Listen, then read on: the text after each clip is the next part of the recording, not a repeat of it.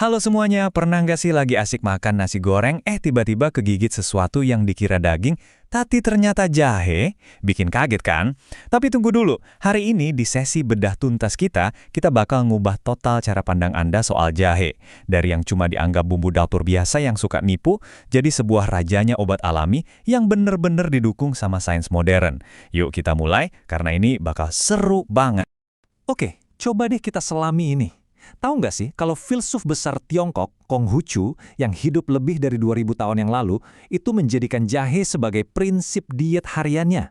Bayangin aja, jauh loh sebelum kita punya mikroskop atau ilmu fitokimia yang canggih, para pemikir kuno ini udah paham banget manfaat harian dari rimpang luar biasa ini buat kesehatan mereka. Nah, ini dia peta jalan kita hari ini. Kita bakal bahas jejak sejarah rimpang jahe, rahasia fitokimia dan senyawa aktifnya, lalu bukti ilmiah khasiat kesehatannya, potensinya melawan sel kanker, batas aman dan efek sampingnya, sampai cara paling praktis buat mengonsumsinya sehari-hari. Oke, masuk ke bagian pertama, jejak sejarah rimpang jahe. Kita mulai dari asal-usulnya ya. Sejarah penyebaran jahe ini tuh bener-bener menakjubkan. Mundur ke abad keempat sebelum Masehi, pelaut Austronesia itu selalu bawa jahe di setiap pelayaran mereka. Terus, mereka juga punya tradisi namanya Bengkidu. Jadi, jahe dipakai buat menghangatkan ibu yang baru melahirkan selama 41 hari penuh. Nah, dari tradisi maritim inilah, jahe perlahan menyebar ke seluruh dunia. Masuk ke menu diet filsuf Tiongkok, dipakai tabib di Mediterania, sampai akhirnya meledak banget popularitasnya di Inggris pada abad ke-11. Dan bukti sejarah ini bisa langsung kita lihat dari nama botani resminya, yang dikasih sama William Roxburgh tahun 1832. Kata zingiber itu artinya berbentuk tanduk, ya mirip tanduk rusa gitu deh rimpangnya. Tapi yang paling penting tuh kata officinale. Di dunia botani, istilah ini tuh ibarat stempel resmi yang mengakui kalau tanaman ini digunakan untuk farmasi dan kesehatan. Jadi, khasiatnya udah benar-benar tertanam kuat di namanya. Sekarang kita masuk ke bagian kedua, rahasia fitokimia dan senyawa aktif. Yuk kita bedah jahe ini di tingkat seluler. Nah, yang bikin ini super menarik adalah profil kimia jahe itu bisa berubah drastis cuma karena cara kita nyiapinnya.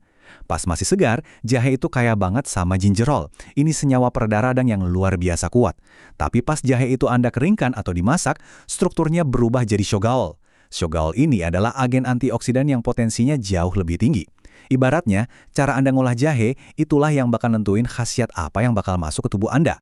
Selain dua jagoan tadi, jahe masih punya segudang zat biokimia lain loh. Ada paradol, zinjerun, terus ada juga minyak atsiri kayak bisabolene dan zinjerene yang ngasih aroma kuat sekaligus efek terapi.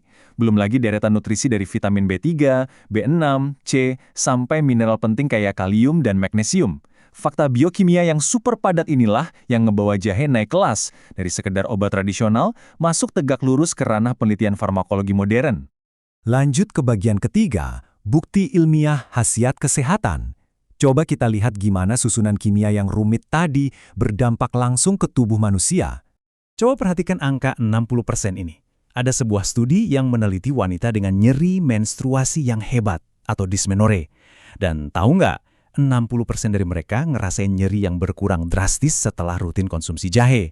Bahkan, kemampuannya ini terbukti sebanding loh sama obat pereda nyeri komersial kayak ibuprofen. Bedanya, kelegaan ini murni datang dari alam. Terus buat Anda yang rajin olahraga, ini pasti menarik banget.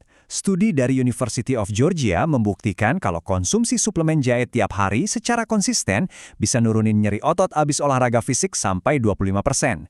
Ini tuh percepatan pemulihan yang nyata banget dan pastinya tanpa harus bergantung sama bahan kimia sintetis. Dan ini dengan sangat cemerlang ilustrasiin betapa luasnya spektrum kerja si jahe ini. Dia nggak cuma punya satu fungsi tunggal. Secara farmakologis, jahe bisa jadi karminatif buat ngusir gas di perut, vasodilator yang ngebantu lebarin pembuluh darah biar sirkulasi lancar, terus ekspektoran buat ngebersihin lendir pas Anda lagi flu, sampai jadi antiinflamasi dan analgesik buat keredain nyeri. Bener-bener satu akar yang secara sistematis menargetkan seluruh tubuh kita. Kita masuk ke bagian keempat, potensi melawan sel kanker. Nah, di sini kita bakal bahas salah satu topik yang paling banyak memicu perdebatan ilmiah, secara sepenuhnya objektif berdasarkan data literatur. Jadi, Di dalam lingkungan laboratorium yang terkendali, data yang muncul tuh luar biasa banget. Ekstrak jahe, khususnya gingerol, terbukti bisa memicu apoptosis alias mati sel terprogram pada sel kanker ovarium. Senyawa ini juga secara aktif menghambat pergerakan sel kanker payudara tipe triple negatif dan menekan pertumbuhan sel kanker kolorektal sama prostat. Ini jelas sinyal potensi yang sangat amat kuat. Tapi ingat ya, ini semua masih dari hasil pengujian hewan dan laboratorium. Makanya, disinilah kita harus tarik garis batas yang tegas. Jangan gampang kemakan mitos yang bilang kalau jahe itu obat penyembuh mutlak buat kanker. Fakta ilmiahnya, jahe itu adalah terapi pendamping yang fantastis, terutama ampuh banget buat ngeredain mual ekstrem akibat kemoterapi. Tapi, untuk nyimpulin jahe sebagai obat utama kanker pada manusia, ilmu pengetahuan masih butuh uji klinis yang jauh lebih ekstensif lagi. Masuk ke bagian kelima, batas aman dan efek samping. Karena jahe bekerja layaknya obat dengan zat aktif, tentu ada dosis farmakologi yang harus dipatuhi buat keamanan sehari-hari. Yuk, kita lihat panduan yang praktis ini sama-sama. Buat ibu hamil yang mau ngatasin morning sickness, batas amannya itu presisi banget, maksimal 1 gram per hari. Buat orang dewasa standar, batas optimalnya di 4 gram. Ingat loh, kalau urusannya sama ekstrak tanaman kuat, lebih banyak itu belum tentu lebih baik. Konsumsi lebih dari 6 gram bisa mulai bikin dinding lambung iritasi. Apalagi kalau dosis masif kayak 35 gram. Wah, itu malah bisa memicu nyeri ulu hati yang parah banget. Terus secara umum, jahe itu beracun nggak sih? Skor LD50 atau takaran toksisitas mematikan pada uji coba tikus itu ada di angka 10,25 gram per kilogram berat badan. Angka ini tuh tinggi banget loh. Anda pada dasarnya harus makan segunung jahe sekaligus buat nyentuh level bahaya ini. Ini bukti kalau selama Anda konsumsi dalam batas wajar kuliner atau suplemen harian, jahe itu salah satu tanaman herbal paling aman di dunia. Walaupun super aman, ada satu peringatan penting nih. Karena jahe itu secara aktif nurunin gula darah dan ngelebarin pembuluh darah, dia bisa berinteraksi dengan beberapa obat resep. Kalau Anda lagi rutin pakai obat pengencer darah kayak warfarin, obat diabetes, atau obat darah tinggi, mending konsultasi dulu deh sama dokter sebelum jadiin ekstrak jahe sebagai rutinitas suplemen Anda. Keselamatan tetap yang utama ya. Oke, bagian terakhir nih. Bagian keenam, cara praktis konsumsi jahe. Gimana caranya kita bawa sains mikroskopis tadi jadi sesuatu yang bisa Anda racik di dapur hari ini?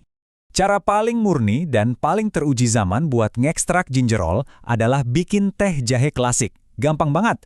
Parut aja sekitar 2 cm jahe mentah, rebus di secangkir air selama 5-10 menit buat ngelepasin senyawa fenoliknya, terus saring deh. Biar makin enak, tambahin sedikit madu atau lemon. Ini nggak cuma ngasih rasa, tapi juga nambahin elemen vitamin J yang pas banget buat ngebus imun dan pencernaan pagi Anda. Atau kalau Anda lebih suka yang dingin-dingin, coba gabungin kekuatan jahe sama superfood line lewat smoothie detox ini.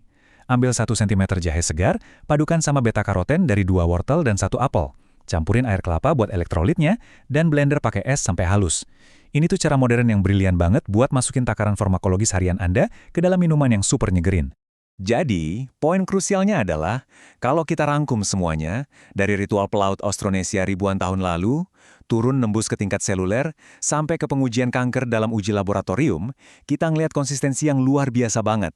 Jahe ini bukan sekedar bumbu, dia adalah pengarsipan cemerlang dari kekuatan alam yang sekarang udah bisa kita buktikan pakai bahasa sains. Yang bawa kita ke satu pemikiran terakhir hari ini. Pas Anda ke dapur nanti dan ngelihat rimpang yang satu ini, apakah Anda masih bakal mandang dia sebelah mata sebagai penambah rasa doang? Pengetahuan hari ini udah ngebekalin Anda. Manfaatkan keajaiban alam di sekitar Anda dengan cerdas dan efisien ya. Terima kasih udah gabung di sesi Bedah Tundas kita kali ini, dan teruslah belajar dengan semangat.